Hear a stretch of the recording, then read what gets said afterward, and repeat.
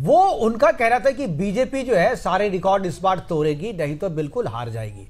यानी या तो जगे हिंदू जो है वो जाग जाएगा तो जीत जाएगा, नहीं जगेगा तो हार जाएगा, बीच वाली स्थिति नहीं होगी। और इसके पीछे वजह क्या क्या मानते हैं आप? क्या आपको लगता है हिंदुत्व की ओर जो लौटना रहा, जो बटेंगे तो कटेंगे, एक है तो सेफ का जो नारा है, क्या ये उसकी जीत है? देखिए, महाराष्ट्र में हमें अभूतपूर्व विजय प्राप्त हुई है और भारतीय जनता पार्टी ने अपना सर्वकालीन सर्वश्रेष्ठ प्रदर्शन किया है। मैं मानता हूं कि इसके कई कारण रहे। हमारी सरकार के द्वारा किया गया शानदार विकास का कार्य, भारतीय जनता पार्टी के संगठन और सहयोगी दलों के कार्यकर्ताओं द्वारा की गई अथक मेहनत, प्रधानमंत्री श्री नरेंद्र मोदी जी की अपार लोकप्रियता और उनके प्रति जनता का विश्वास, जिसे मोदी की गारंटी कहते हैं, और उसके साथ साथ जो एक सांस्कृतिक गौरव का भाटे रहना, तो मुझे लगता है कि महाराष्ट्र की प्रबुद्ध जनता ने बहुत विवेकपूर्ण निर्णय दिया है। और माननीय प्रधानमंत्री जी ने जो कहा था एक हैं तो सेफ हैं, तो उन्होंने उस विचार के साथ अपनी सहमति दी। सुधांशु जी, एक प्रश्न मेरा आपकी बात से ही निकला। आपने सांस्कृतिक गौरव की बात की, आपने कहा कि जो मूल चरित्र है, जैसा अभी डॉक्टर सुरेश चौहान जी भी यही कह रहे हैं कि महाराष्ट्र का जो मूल चरित्र है वो परिणामों में सामने आया, लेकिन यही सांस्कृतिक गौरव, यही विरासत, यही आधार झारखंड में तो कमजोर हो गया। यहाँ जो रुझान है वो आपके पक्ष में जाता हुआ नजर नहीं आता है। क्या ये बातें जो महाराष्ट्र की जनता ने समझी, उन बातों को झारखंड की जनता समझ नहीं पाई या आप लोग समझा नहीं पाए?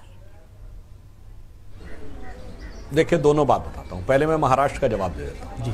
हमने क्या सांस्कृतिक गौरव किया, मैं उदाहरण देना चाहता हूं सिंधुदुर्ग से, जहां छत्रपति शिवाजी महाराज जी की प्रतिमा दुर्भाग्यपूर्ण ढंग से गिर गई थी, जिसके के लिए हमारे प्रधानमंत्री जी और मुख्यमंत्री दोनों ने माफी मांगी थी। परंतु याद करिए, सिंधुदुर्ग में वो प्रतिमा लगाई क्यों गई थी? सिंधुदुर्ग छत्रपति शिवाजी महाराज की नौसेना का केंद्र था और पहली बार भारत के इतिहास में इंडियन नेवी ने अपनी नेवल एक्सरसाइज सिंधुदुर्ग से की।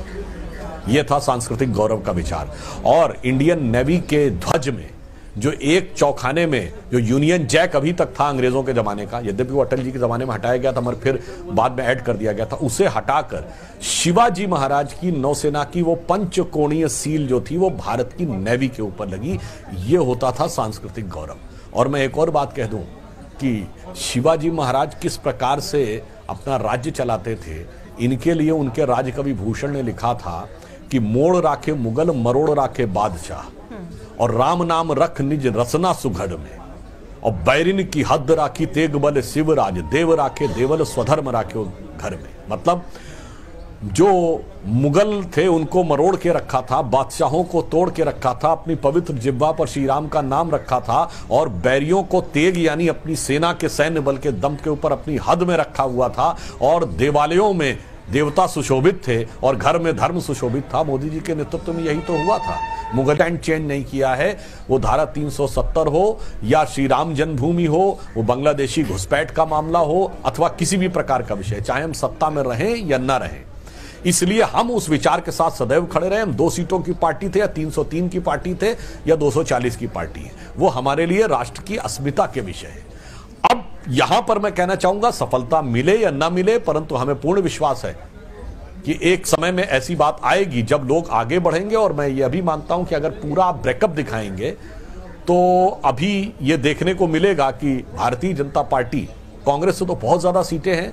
अब जेएमएम और भाजपा में कितना अंतर आता है, अंत में हो सकता है भाजपा सबसे बड़ी पार्टी भी बन सकती है in terms of percentage of vote क्या रहा, और चुनाव परिणाम आने के बाद हम उसका सारा विश्लेषण करेंगे और तब यह निष्कर्ष निकालने का प्रयास करेंगे कि कहां कमी रह गई ताकि आगे उसकी पूर्ति की जा सके। बिल्कुल सही कहा। एक सवाल मेरा और भी, देखिए जो सिचुएशन झारखंड में है, करीब करीब वही सिचुएशन घुसपैठिए की अगर बात करें तो महाराष्ट्र में भी है। लेकिन महाराष्ट्र में घुसपैठिए की समस्या से निपटने के लिए जिस तरीके से प्रयास किए गए, शिव प्रेरणा यात्रा भी निकाली थी महाराष्ट्र सिविल सोसाइटी की तरफ से डॉक्टर सुरेश चौहान जी ने, उसके बाद जो है करीब 81 सीटों पे गए थे वो, जहां पर घुसपैठियों की संख्या ज्यादा है और काफी बड़े बड़े वहां पर सभाएं, बड़ी बड़ी सभाएं हुई और लोगों का जुड़ाव भी हुआ। लेकिन इस तरीके के प्रयास किसी भी तरीके का झारखंड में देखने को नहीं मिला घुसपैठिए के मामले को एड्रेस करने के लिए। क्या आपको लगता है क्या यहाँ पर शायद कुछ रणनीतिक चूक रह गई, या जो चीजें करनी चाहिए थी झारखंड में वो विचारधारा के स्तर पे नहीं हो पाया, इसलिए शायद आज जो झारखंड का रिजल्ट है वो महाराष्ट्र के रिजल्ट जैसा नहीं दिखता? देखिए, वहां की सरकार ने, झारखंड की सरकार ने जो समुचित प्रयास करने थे, चाहिए थे, वो नहीं किए। वहाँ के तो नेताओं ने ये भी बयान दिए कि सब घुसपैठियों को हम वोटर बना देंगे और उनको आधार कार्ड और ये सारी चीज़ें दे देंगे, परंतु यथार्थ तो है घुसपैठियों की बात। याद करिए हेमंत सोरेन जी का बयान क्या था कि अरे हमसे ज़्यादा तो घुसपैठी बंगाल में है, यानी उन्होंने अपनी इंडी गठबंधन की सरकार के ऊपर उंगली उठा दी थी। यथार्थ तो ये है, यह चुनाव के परिणाम से प्रभावित होने वाला नहीं है।